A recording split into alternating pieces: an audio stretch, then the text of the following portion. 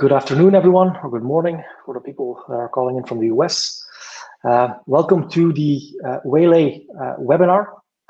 I'm joined here today by Tom van Leeuwen, our VP of Product. And today we'll be discussing what sustainable support of digital services for utilities looks like and how such a support system can be achieved. But we'll also have a look at the trends in the market and how the utility industry as a whole is tackling these challenges. As I mentioned earlier, I'm Tom de Bok. I'm the lead of the commercial activity for Waylay Digital Twin at Waylay, which is our Salesforce offering. And I'm joined here today by Tom van Leeuwen, our VP of Product, who is leading the product development at Waylay Digital Twin, and who will be conducting a live demo later on in the session. I suggest that we get started. Now, over the last dozen years, the energy industry has experienced a game-changing revolution in the utility-customer relationship. To drive in a new energy economy, utilities are designing robust new service offerings and more comprehensive customer journeys. Now, it's very important to understand that globally, energy systems are going through transitions that are rapidly changing how we fuel our cars, how we heat our homes, and even power our businesses. And however, no longer centralized, today's transmission and distribution system now is to support a fairly complex and distributed network of local generation as well as capacity. Now, our vision is to empower electricity, gas, and water infrastructure providers to deliver outstanding service while enabling transparency for all stakeholders, whether that's consumers, regulators, or even safety and construction partners. Now, the distributed grid requires a distributed digital intelligence, and globally, energy systems are going through transitions that are rapidly changing how we fuel our cars, heat our homes and our businesses, and at the same time, residential and business energy consumers expect utility customer experiences that are on par with other companies competing in the energy space for their attention as well as their loyalty. Now, how do we drive the utility industry to the cloud? First, the cost of renewable energy continues to increase. Many countries will soon reach a tipping point, and they are the cost-effective alternative to conventional fuel types. Now, improvement in battery technologies, as well as declining costs, are bringing us close to the point where electric vehicles are becoming more economically viable than the current industrial internal combustion engines. We also found that a NRL study on renewable electricity futures found that renewable electricity generation from technologies that are commercially available as of 2018, in combination with a more flexible electric system, will be ample enough to supply 80% of the total US electricity generation in 2050, whilst meeting electricity demand on an hourly basis in every region of the country, which is quite impressive.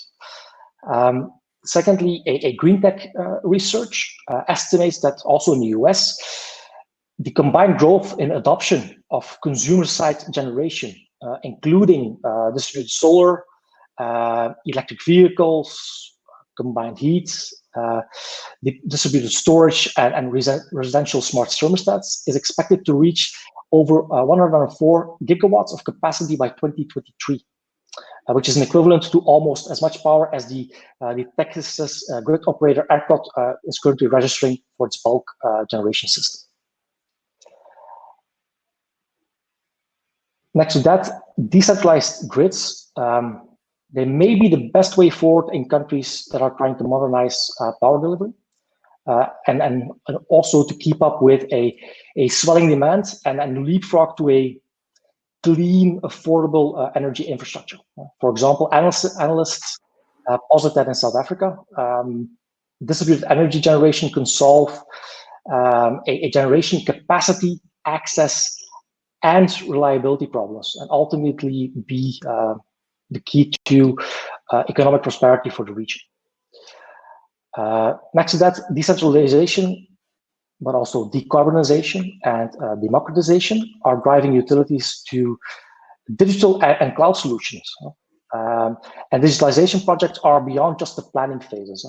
According to Gartner and their utility research, it's indicated that a significant proportion of digital initiatives in utilities have shifted from the initiation phases to current scaling phases. Now, most digital activity appears to be optimizing existing processes for cost reduction or operational improvements. Now, utility CEOs do expect that a move to the cloud will result in a reduced investment in technologies that are required for on-premises IT application delivery, as well as support. So, very important drivers indeed. Now, what are typical new challenges for the utility industry? We all know a few, but smart devices, clean energy sources, and the utility marketplaces, well, they diversify customer and consumer choice. The shift to a distributed, renewable, as well as sustainable energy model is gaining momentum globally, as the cost of wind, solar, battery storage is becoming more and more viable than generation sources based on fossil fuel. While demand for electricity continues to grow, the choices are expanding for a cleaner, more local and non-utility owned sources of power.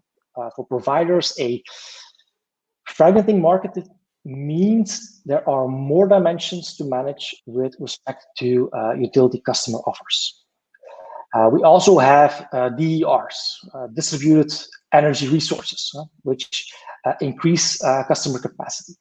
There's a growing adoption trend worldwide for customer-sited generation, including distributed solar, as well as EVs, or electric vehicles.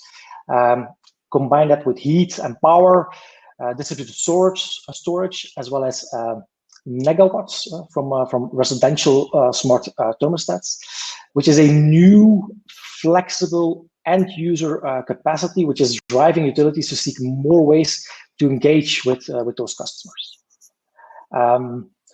Another challenge is that technology simply has become better, faster, and cheaper to deploy, delivering tailored solutions that not only delight customers but enable growth has become easier. Consumers and businesses today still go to energy companies to install and manage their access to energy, but in the near future, there will be an increased competition from engineering, telco, as well as technology companies that are hoping to grab a share of this ecosystem. Energy systems, they must rise with that challenge of new competitors and technological innovation that's already inspiring enhanced portions if they really want to retain their customers and their trust. Now, digitalization and mobilization to match that decentralized grid is transforming the sector. Digitalization, in fact, is transforming the sector from one that provides simple, undifferentiated products to one that provides sophisticated and personalized solutions, combining a commodity with non-commodity products, which are all made easy for your customers. The companies that can embrace these opportunities, they will continue to grow, but also they will redefine how they interact with those customers.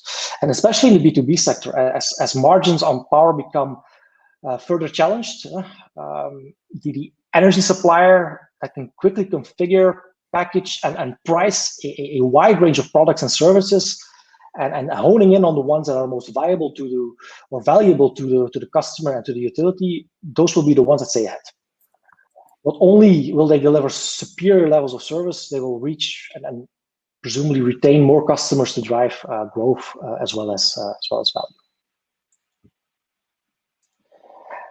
Now, how do we put the power into the hands of the business? Now, with the wealth of customer information, utilities are today in a very strong position to provide tailored as well as innovative solutions. Now, the latest cloud solutions are putting control firmly in the hands of your businesses. SaaS subscription models make it easier to buy and consume at the levels you need now, and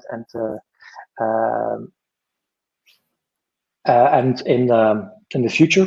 Companies are moving away from custom-coded software that can be difficult and costly to manage to low-code platforms, where transformation and differentiation are achieved through clicks and not code.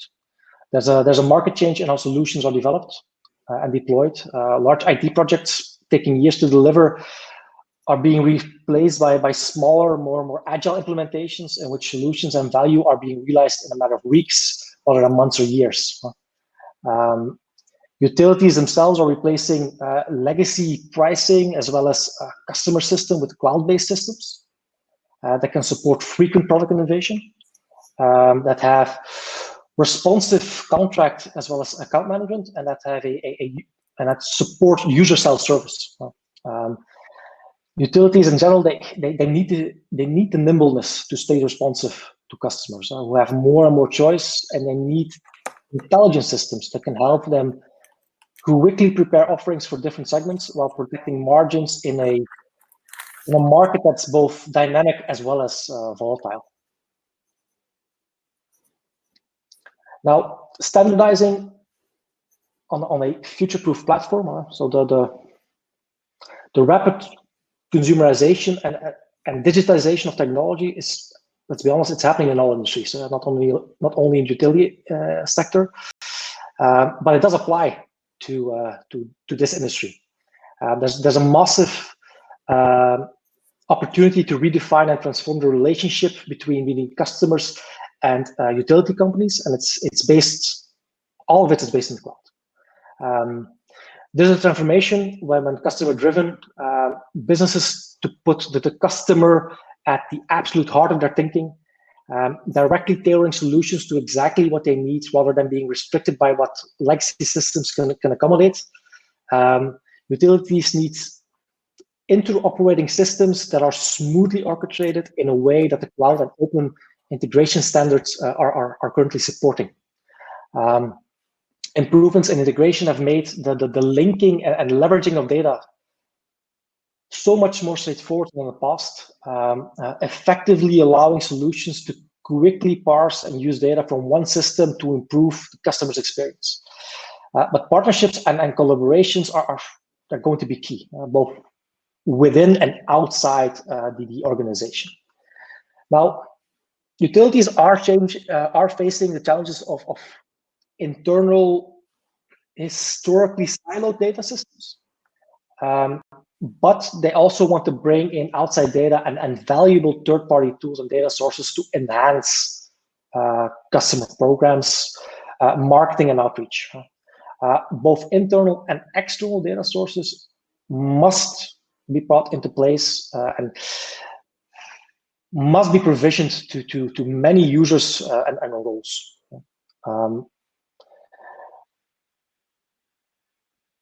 Mobile ready, I think it's a given as well. It's of course another area of disruption, but also opportunity.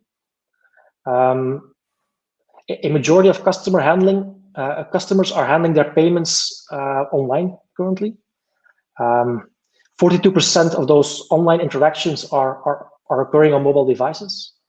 And let's be honest, the utility industry can't afford to have at least, and I really mean the bare minimum, a mobile responsive website, if not a fully enabled mobile payment and customer contact solution. Now, at the same time, while many transactions are initiated via mobile, consumers and customers, they still prefer to resolve more complicated requests or issues with a live agent. Now, you do have to make sure that these service agents, that they have a full view of what has transpired with the customer via mobile or online chats leading up to that call, and really centralizing the interaction and the history around the interaction, regardless of what the first touch point might have been.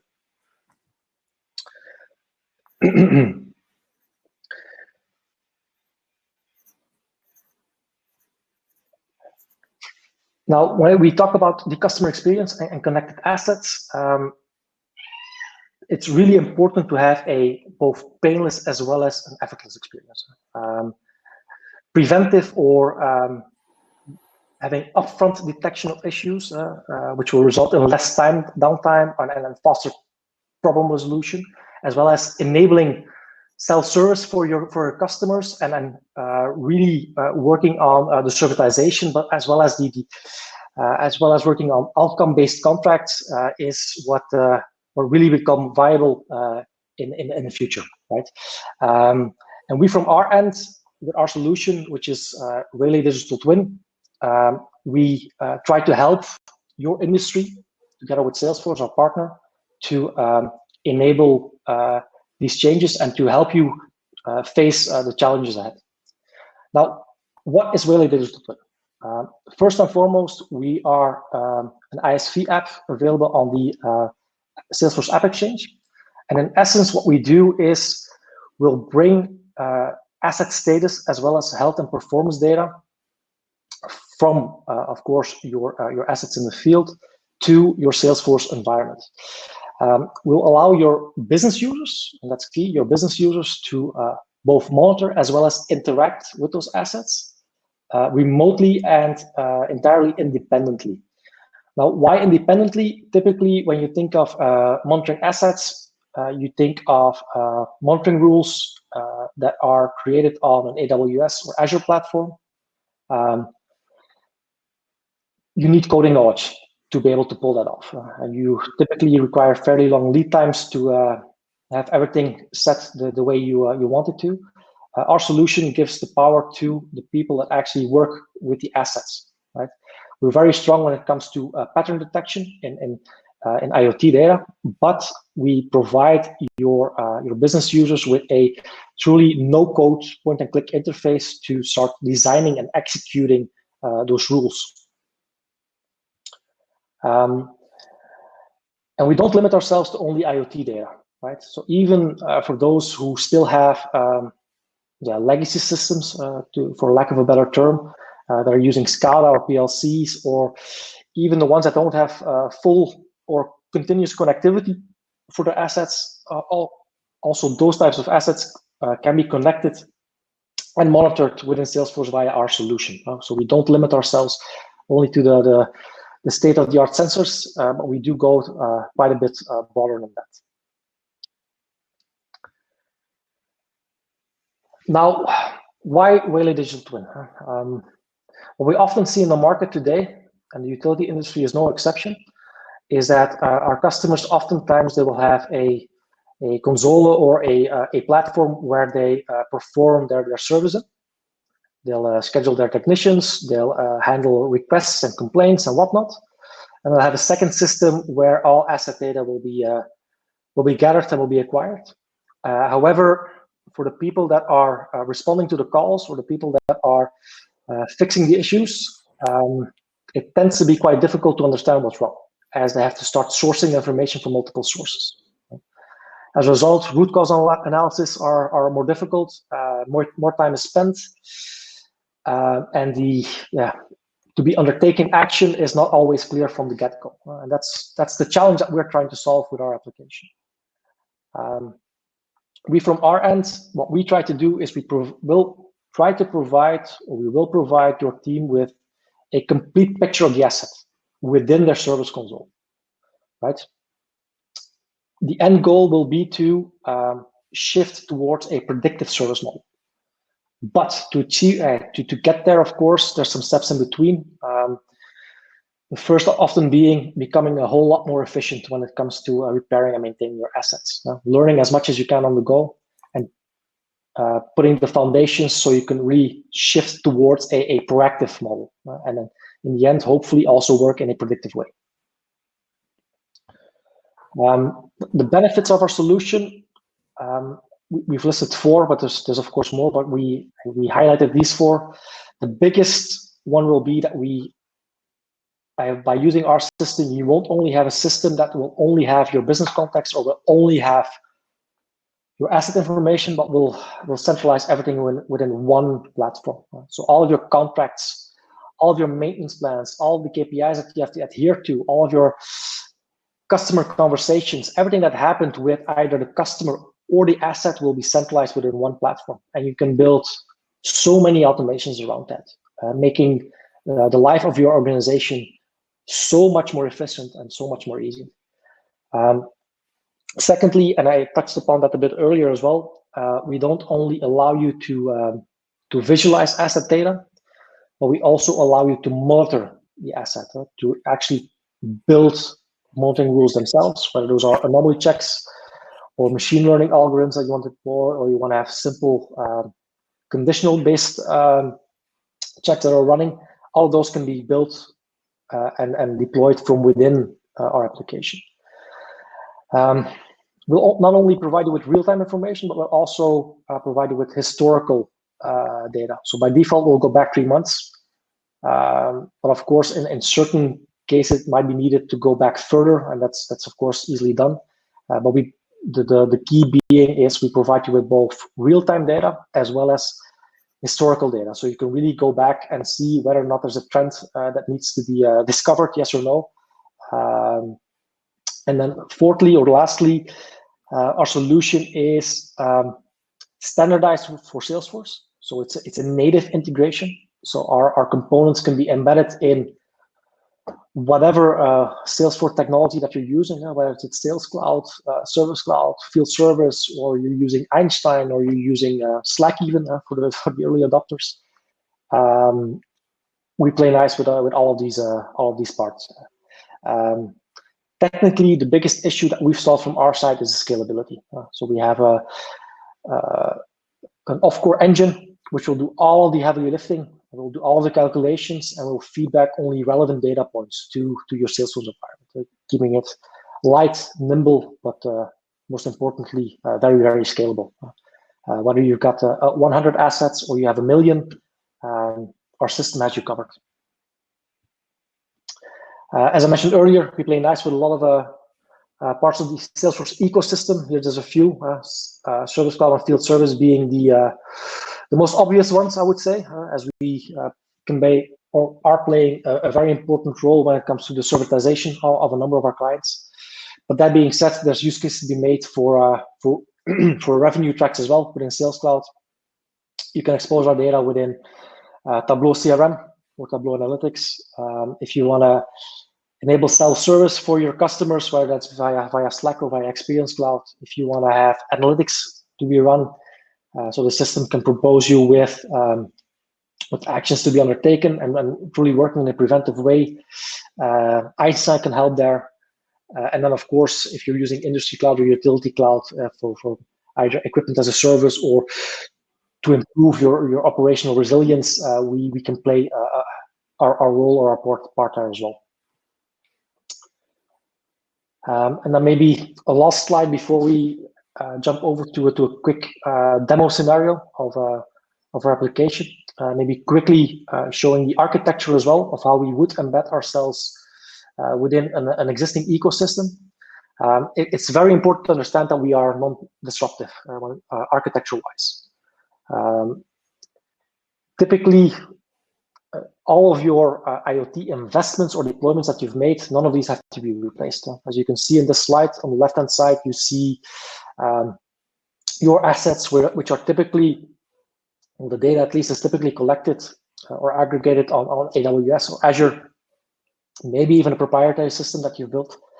What we'll do is we'll ingest all that raw IoT data in our engine.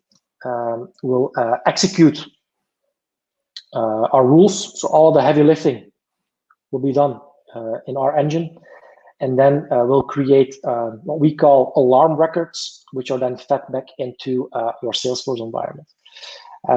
These alarm records, they have a multitude of purposes. Typically, they are the beginning of automations.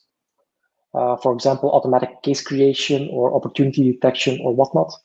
But there's a lot of flows to be created within your Salesforce environment that can keep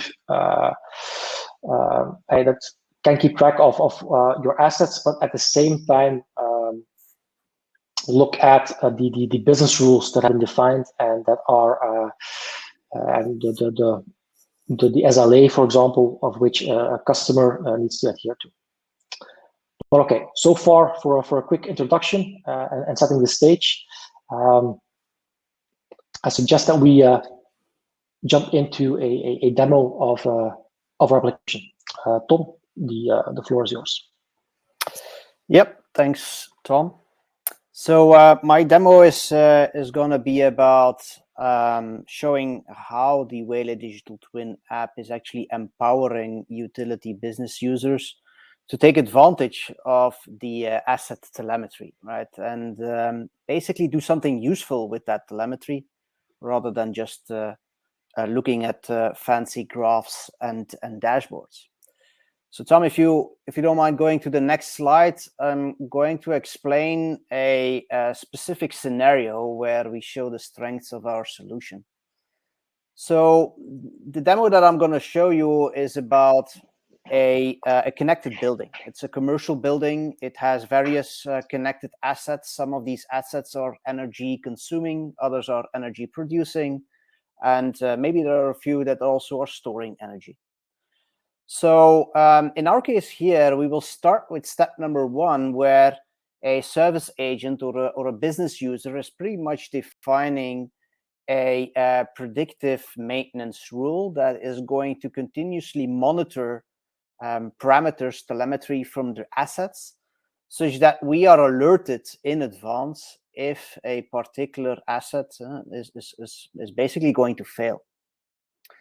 So once those alarms are fed into the system, we will have a Salesforce business flow that turns these alarms into something actionable. In this case, a work order and a case in the Salesforce Service Cloud environment that will indicate that there's some maintenance needed on our asset, and it will also contain a recommended action there on how to solve it. Then, of course, somebody goes on site, replaces a specific part of our asset, and then, of course, you want to validate whether this asset is now performing as it should.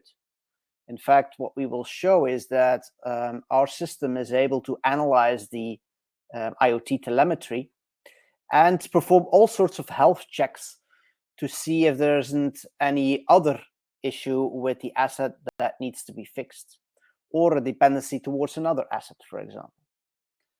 Step number 4 is that indeed there might be an issue, and he kind of fixes that too.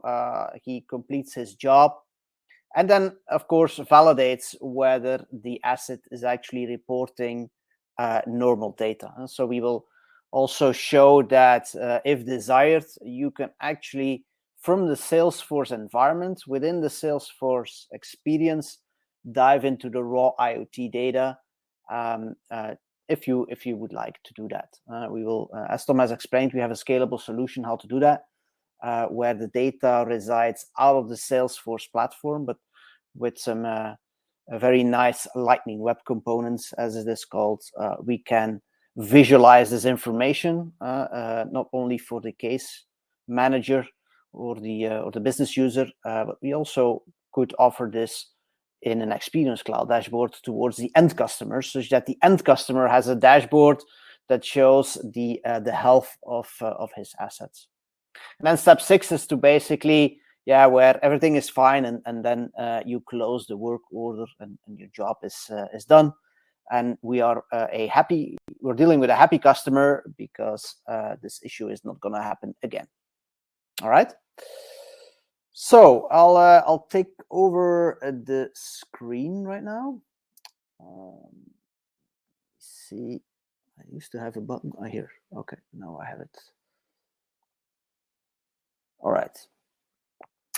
So let's start with step number 1. Step number 1 is where we have a business user that is actually creating a predictive or preventive care monitoring rule that is analyzing the connected asset telemetry.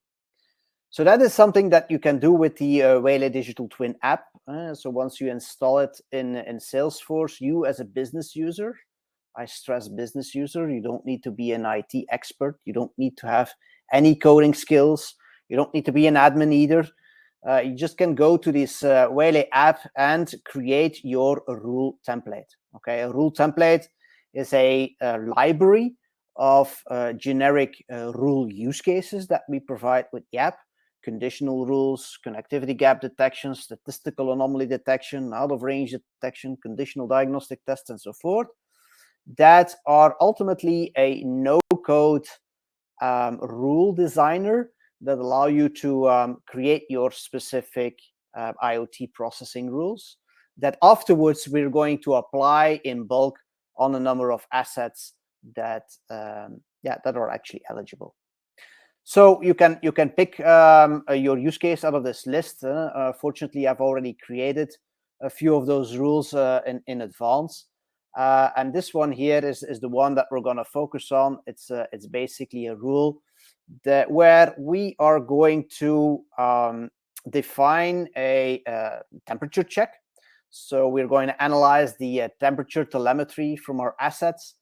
And we're going to check for anomalies. Here, it's a very simple use case here in the sense that we want to identify whether an asset is at risk of overheating, right? So we see a temperature profile that will ultimately lead to the failure of an asset.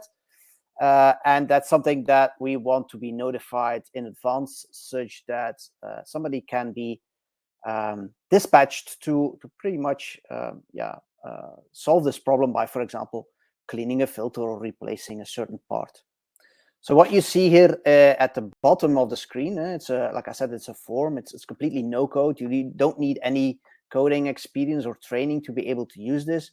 But basically what you do is you select the sensor type of your sensor. You select a parameter, you select a function, in this case, an average over the last 5 samples. And if that's greater than 35, you can this alarm will be raised within Salesforce.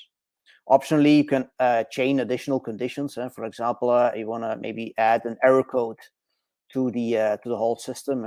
Take, for example, the minimum error code for the last 5 samples needs to be greater than, I don't know, 3 or something. That flagging a major issue with the asset. So it's very easy to use this. Okay. So ultimately, what will happen is that now I have this rule already active, but you can then, as an asset manager, select your account. For example, in this case, we select the customer. We can nail it down to a particular location. We select the rule that we created, and then we can apply it in bulk to assets that are eligible. It turns out that here we have 2 assets that are eligible, could be in 2 different buildings, and one of them is already running at this moment. So these preventive and predictive rules are going to generate Waylay alarms within the Salesforce ecosystem. Right here, you see an overview of all the alarms that are currently active. I have various alarms around pressure, usage, temperature as well. And here on these alarms, in order to make them actionable, you can leverage the Salesforce business flows to turn these alarms into work orders and cases, right? It's a boilerplate. I'm not going to show that part, but ultimately what I wanted to show you is how it actually looks for Fred, our maintenance engineer here. So this is, for example, a predictive care work order that we created, indicating that our asset is overheating. Okay, so there's urgent maintenance needed. There's a little bit of a description here. What is a likely fault of the component, in this case, the filter, and some information about the current contract of this filter. It turns out that our asset here is still under warranty, so he can replace the filter at no cost. Of course, this work order is linked to a case. Here we get a little bit more case information. Again, this was proactively created, indicating that we have a an issue with a particular asset, engine Y, that is at risk of overheating. The case manager can actually dive into this asset and have a look at the IoT data. So let me refresh the screen here. And as you will see, we have the ability to drill down into the individual IoT data of this asset. If it wants to, there we go. So we have a complete history of the performance of this asset. Here, for example, you see a timeline when there was when some tests failed and when they succeeded. But here, for example, what I wanted to show is that in this case, we're dealing with an air handling unit on top of a commercial building, like I said. So it's a power-consuming asset, but it's fairly generic if you wanted to apply it to another asset. As long as it's connected, you can basically watch the real-time data here in these Lightning Web components. You can also have a look at the historical data.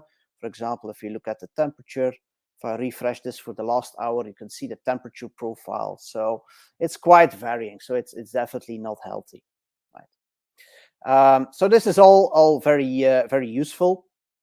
He can now go back to the case, and the service engineer can now, for example, fix the issue by replacing a part or cleaning the filter in this case. Okay, so let's assume he's now doing that.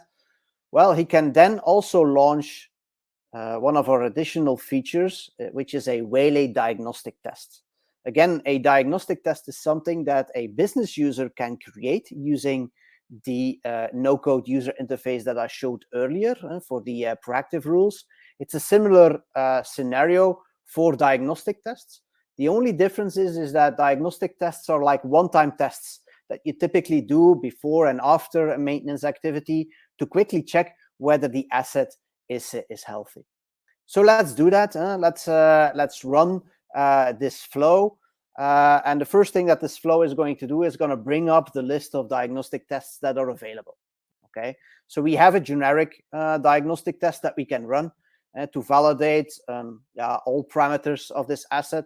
For example, no errors, oil level is okay, temperature is below acceptable boundaries, etc.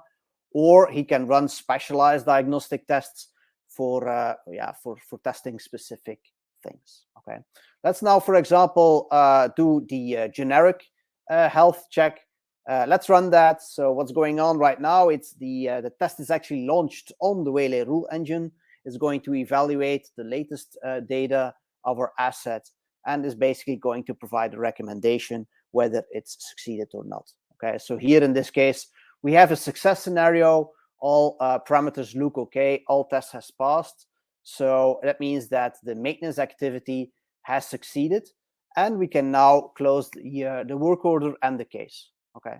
So what is the benefit of this? Of course, one, the business user can create the conditions under which we consider this asset as healthy. But two, the service engineer can execute them without having to drill down into the raw IoT data, right? So it's kind of abstracted for him, and all the recommendations are presented here on one single screen. So he doesn't even have to go to another system to look at the data. No, all of it is kind of shown here within the Salesforce ecosystem. So now we can actually close this work order, and like I said, we're dealing with a happy customer. We were able to quickly fix the issue. So as you can see, the case handling time is very short. All the heavy lifting is done by an expert system like the Waylay engine, and that obviously brings quite some benefits for utilities. Okay. So one thing that I also mentioned is that we have the ability to also expose this information to the end customer itself, right? Through what is known as a customer portal or an Experience Cloud dashboard. That's Salesforce terminology. So here, for example, I kind of created a sample customer dashboard where we can show a lot of statistics, statistics related to how many cases were triggered based on the Waylay alarms that were created. Also, the type of alarms that are popping up, but also real-time information about key performance indicators of the asset. What is the current oil level of our different assets? What is the current operating cycles or device hours of the particular asset? So all of this information is now available within this customer dashboard. It's actually quite easy to set up.